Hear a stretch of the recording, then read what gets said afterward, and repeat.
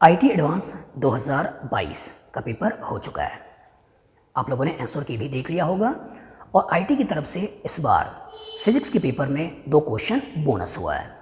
अगर organic question भी अगर बोनस हो जाता, जिसमें मेरे हिसाब से भी करेक्शन है, तो 3 नंबर और हो सकते थे, 9 नंबर पे भी जा सकता था। लेकिन अभी ओवरऑल 6 नंबर तो बोनस है ही है।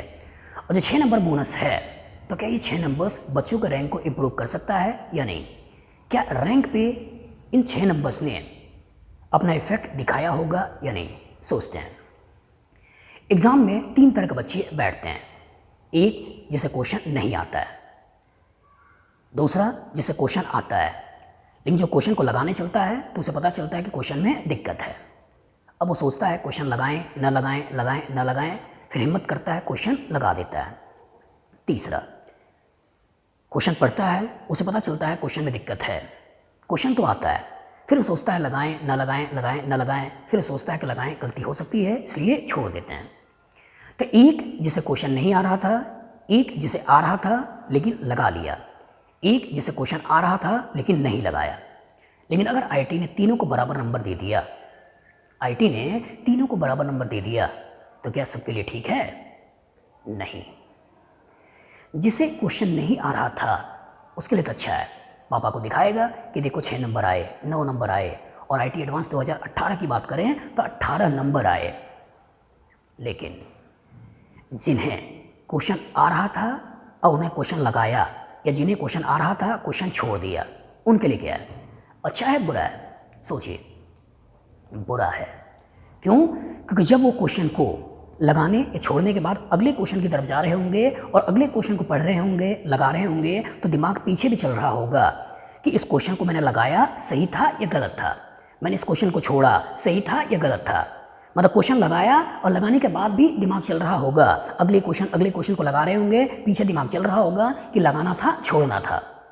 बस में आगे तो दैट मीन्स वो क्वेश्चन तो खराब होता ही है, आगे आने वाले जो क्वेश्चंस होते हैं उसमें माइंड बट जाता है, और जब बट जाता है तो आने वाला क्वेश्चन भी या आगे वाला क्वेश्चन भी खराब होता है। तो आईटीज थोड़ा मेहनत तो करो।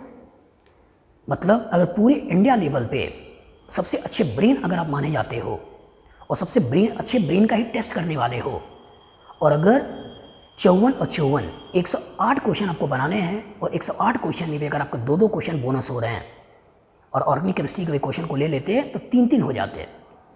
चलो 2 ही क्वेश्चन लेते हैं और 2-2 क्वेश्चन अगर बोनस हो रहे हैं तो अच्छी बात नहीं है। मतलब हो सकता था कि ये 6 नंबर किसी बच्चे के लिए बहुत ज़्यादा डिजर्विंग था, वो हो सकता था फर्स्ट आ सकता था, लेकिन इस नंबर के चक्कर में हो सकता है वो 2nd, 3rd, 4th, 5th में खसक जाए।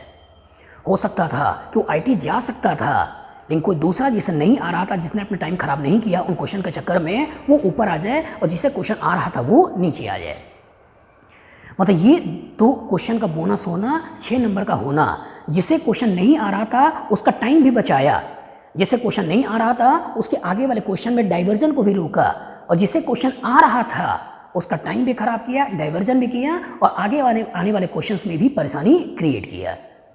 तो मेरी आपसे केवल रिक्वेस्ट है कि पेपर मन से बनाइए, 2 बार 3 बार चेक करके बनाइए, गलतियों को मिनिमाइज ही नहीं फिनिश करिए। मिनिमाइज नहीं बोल रहा हूँ, फिनिश करिए। गलतियाँ तो होनी ही नहीं चाहिए, गलतियाँ तो होनी ही नहीं चाहिए, क्योंकि आपसे गलती हो रही है तो आपसे गलती नहीं हो रही है, इंडिया के अच्छे ब्रेन से गलती हो रही है।